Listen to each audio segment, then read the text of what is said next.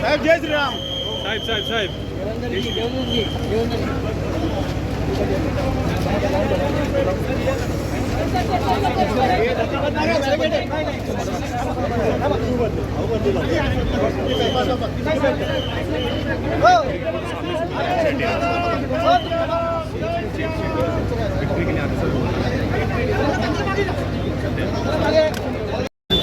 देशाचे प्रधानमंत्री आदरणीय नरेंद्र मोदीजी यांच्या आशीर्वादाने ह्या भिवंडी लोकसभा क्षेत्रामध्ये महायुतीचा उमेदवार म्हणून तिसऱ्यांदा मला संधी मिळाली आणि आज नामांकन भरण्यासाठी जी गर्दी उपस्थित झाली, जी आशीर्वाद देण्यासाठी जनसागर लोटला, मी आपल्या माध्यमातून निश्चितपणाने विधान करेन की भिवंडी शहराने आज 2 रेकॉर्ड बघितले.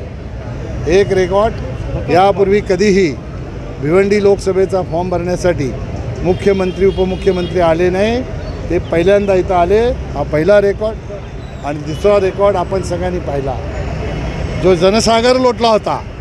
यापूर्वी कधीही कोणाच्याही, म्हणजे माझ्या 2 वेळेला सुद्धा जेवढी गर्दी नव्हती तेवढी गर्दी आज मला आशीर्वाद देण्यासाठी या ठिकाणी आली होती. आणि फक्त मला आशीर्वाद नाही तर मोदीजींना प्रधानमंत्री करण्यासाठी हा जनसागर लोटला होता. आज उमेदवारी अर्ज भरलेला विरोधक आपल्यावर टीका करतात, मात्र या पुढं प्रचार आपण लोकांसमोर काय विषय घेऊन जातो? मला काय कोणाच्या टीकेला उत्तर देण्याची आवश्यकता वाटत नाही. मी त्यांना गांभीर्याने घेतच नाही त्यांच्या टीकेला. माझं काम आहे ते खणखणीत आहे, 100% सोनं आहे, जनतेला दिसतं आहे, म्हणून जनता माझ्याबरोबर आहे. मी काय पैसे देऊन माणसं आणली नाही. आपण काल बघितलं असेल, त्याच्या आधीही बघितलं असेल, कुठून कुठून लोकं आणली गेली.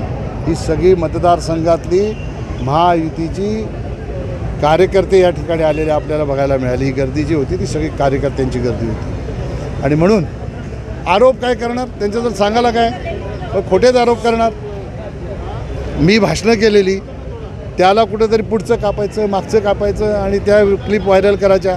त्यांना माहीत आहे की जनता आपल्या भूलथापांना बळी पडणार नाही, म्हणून आपण काहीतरी जनतेला गुमराह करण्याचं काम केलं पाहिजे, गैरसमज पसरवण्याचं काम केलं पाहिजे, म्हणून खोटं नाटं सांगायचं. मी आपल्या माध्यमातून सांगतो, तुम्ही माझ्यासोबत चला. तुमच्या एकेकाच्या हाताला धरून तुम्हाला मी केलेला विकास दाखवतो. माझं तर तुम्हाला उलट सांगणं आहे की तुम्ही विचारलं पाहिजे की भिवंडीमध्ये मेट्रोचं काम चालू दिसत नाही, भिवंडीमध्ये नॅशनल हायवेची कामं चालू आहेत, लोकसभा क्षेत्रात दिसत नाही. 4 ठिकाणी सुरू आहेत. सगळ्या भिवंडी शहरामध्ये 500 कोटीची कॉन्क्रीटच्या रोडची कामं चालू आहेत, हे दिसत नाही. आमच्या महायुतीचं सरकार हे भेदभाव करत नाही. आमच्या महायुतीच्या सरकारने समाजवादीचा असलेला आमदार रईस शेख त्यालासुद्धा निधी मुख्यमंत्र्यांनी उपमुख्यमंत्र्यांनी दिलेला आहे.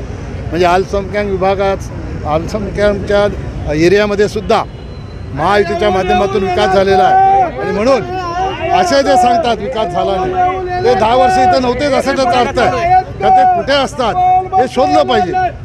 आता 4 तारखेनंतर पण कुठे असतील ते बघा. विकास मुद्दा बोललेत, मात्र आता गुन्हा दाखल करतात असे करत काही पीडित कुटुंबाला प्रसारमाध्यमाच्या समोर आणतात.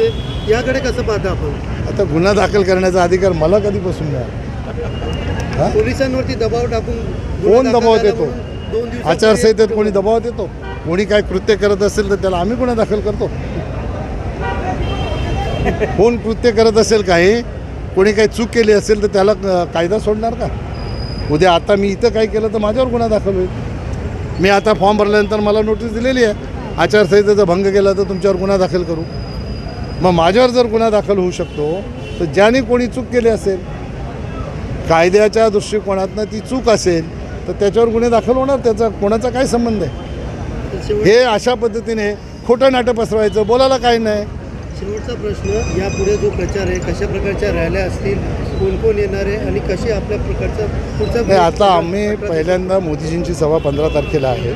योगीजींचीही आम्ही सभा मागितलेली आहे, त्याची तारीख फायनल झाली नाही. अमित भाई शहाची ही सभा आम्ही मागितलेली आहे.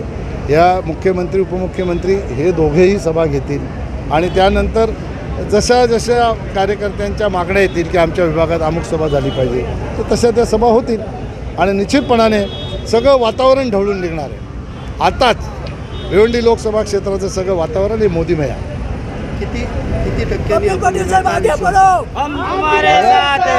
हे जनता ठरवणार का मला कोणासारखं कॅल्क्युलेशन द्यायचं नाही. 8,000 माणसं फॉर्म भरायला आणायची आणि 1 लाख सांगायची आणि एकाने 10 दिली की 10 लाख मतं होणार सांगायचं. असं कॅल्क्युलेशन असते का निवडणुकीचं? सगळ्यांनी भाषणं केली, एवढी संख्या आली आमचा विजय, तेवढी संख्या आली आमचा विजय, दोघांनी सांगितलं. ही संख्या मग हिला कशाने गुणणार तुम्ही? आता तिसऱ्यांदा हॅट्रिक किती मतांनी विजय? आजची संख्या जी आहे हिला कितीने गुणणार तुम्ही सांगा मला.